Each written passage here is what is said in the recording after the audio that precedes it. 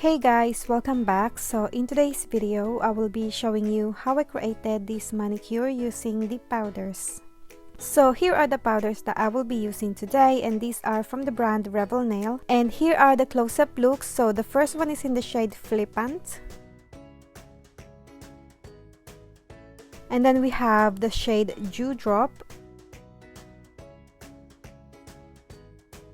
And then lastly, we have Phoebe. And I hope I pronounce all the shades right. And for the liquids, I will be using the Rebel Nail Pro Base as well as their activator. And for my top coat, I will be using my Blue Sky No Wipe top coat. So to start off, I will be applying a nail dehydrator to all of my nails. This will just remove the natural oil on my nails. So then next, I will be applying a thin layer of the base on my nail and immediately dip my nail into the powder and tap off the excess. So I will be using the Dewdrop on my ring and thumbed nail.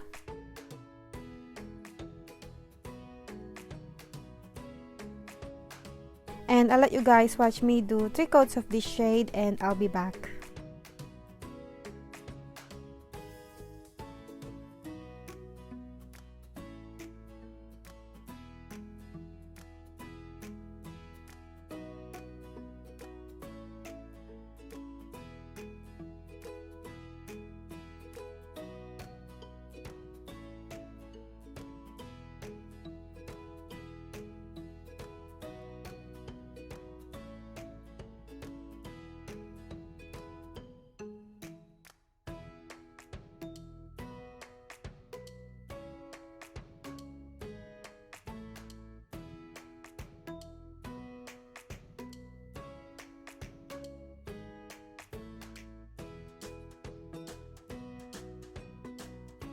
So then once I'm finished with the third coat, I brush off all the excess powder and move on to the shade Flippant. And I will be applying this on my pointy and pinky nail. So again, I will be applying 3 coats of this on my nails. This shade is actually really nice. It's really bright pink. So if you're into a bright pink manicure, then I highly recommend you check out Flippant.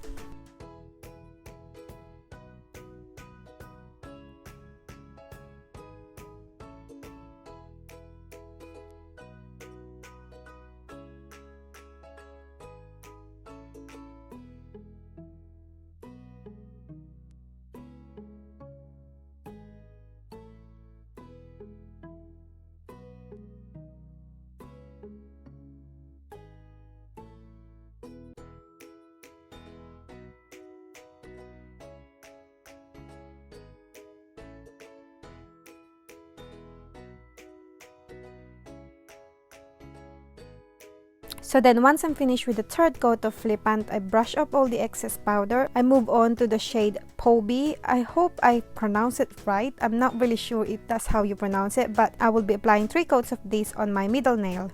This shade is actually really pretty. If you're looking for a really sparkly silver glitter, then you should check out the Rebel Nail Phoebe.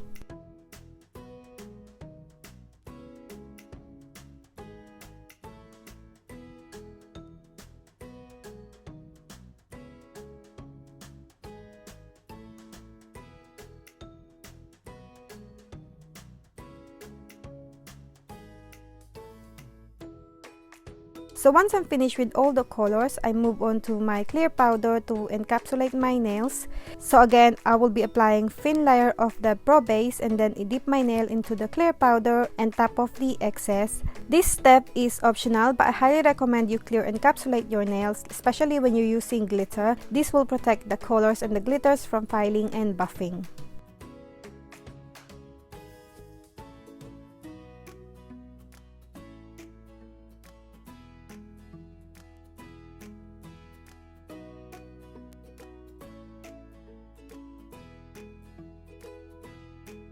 So then once I'm finished with the clear, I brush off all the excess powder and move on to the activator. So I will be applying a generous amount of this activator to all of my nails, and this will harden the powder and make it ready for filing.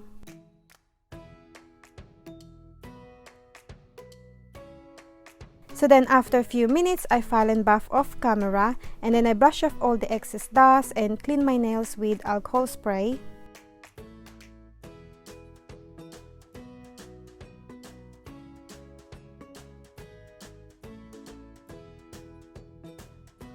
And then next I move on to my Blue Sky No Wipe Top Coat, and I apply 2 layers of this on my nails and cure it for 30 seconds. Again, this step is optional. You can always use your deep powder top coat if you want to.